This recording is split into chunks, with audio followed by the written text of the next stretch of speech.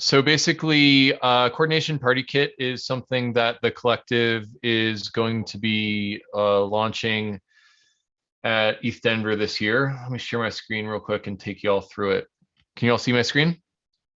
Got it. Cool, thanks. All right, so basically what we're doing is building a product suite that is native to the Internet of Jobs. So basically, see a world in which people are going to be working for DAOs in the future, and what is a way that we can make it easier for people who are working for DAOs to recruit, retain, and reward contributors to their DAO. And the idea is to build a toolbox of tools that makes it easier for DAOs to recruit, recognize, reward, and retain talent in their ecosystems. So basically, the Coordination.Party kit is our toolkit. It's a series of high value and low time to value tools that are deployed to those who administer and participate in DAOs, which makes the job to be done of working in DAOs easier, and the job to be done of recruiting people and engaging them in your DAO to be easier. So there's a series of tools that are all sort of bundled together like a toolbox. And the idea here is that you may get a toolbox because you need a screwdriver, but then it turns out it's really handy that you have pliers and then a wrench in your house when you already need it. So the success of this rollout is each of the individual tools that all of you are building, and also the toolkit itself. And luckily, those are kind of like segmented from each other. At least if we have like one or two flagship tools that people buy the toolbox with, then it kind of lets us Trojan horse all these other tools into the DAOs that we're building.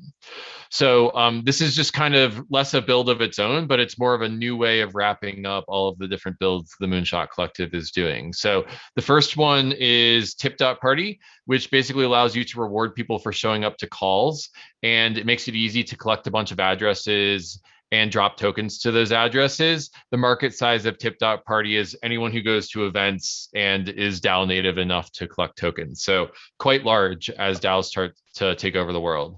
Pay.Party used to be called Quadratic Diplomacy. It's used to recognize and reward the best contributors to your DAO. So the mechanism is that we collect votes about who each contributor thinks is valuable, which creates an n-by-n matrix of votes. And we can drop tokens to a list weighted by those votes. So it's kind of a way of creating an intersubjective consensus of who's creating most value in your DAO. Grant.Party is a fork of Gitcoin grants that we can deploy whenever we want to do quadratic funding campaigns within the Moonshot Collective. So basically the idea is that we can leverage quadratic funding out of the box and run crowdfunding campaigns for Moonshot Collective projects.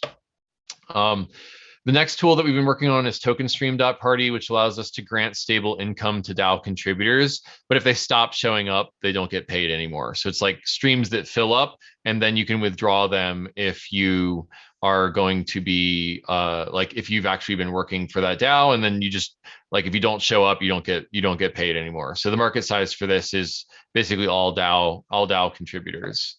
We've got Recruiter.Party, which is a database of DAO contributors that makes it really easy to find the next great contributor to your DAO. Market size for this is like LinkedIn Recruiter, which makes $35 billion per year, and it's quite a massive opportunity for us. Fund.Party, which I think that we'll get to later on in the Slido, the retroactive public goods starter kit, makes it easy to tokenize your products so that if future rewards happen based off of that project, you can easily distribute them to the early contributors. So that's quite a strategic project that I think is going to provide a lot of value to the ecosystem. Greenpill.Party is just a simple tool that allows you to tweet your commitment to funding public goods and create a culture of funding ecosystems within your DAO. And anyone who receives value by public goods is in the target market for Greenpill.Party. So I'd say that we're kind of like dog fooding with Moonshot Collective contributors. These percentages are sort of TBD, but like the ideal state, I think, of the Moonshot Collective is that we're actually using it to compensate individual members of the collective for the work that they're doing in the collective. So basically, by eating our own dog food, we're better prepared to go to market. And basically the idea is to figure out what size, scale, and scope that we can launch this at Shelling Point 2022 in February of 2022 as the nearest term milestone, and then iterating until the highest ROI tools are left in the kit.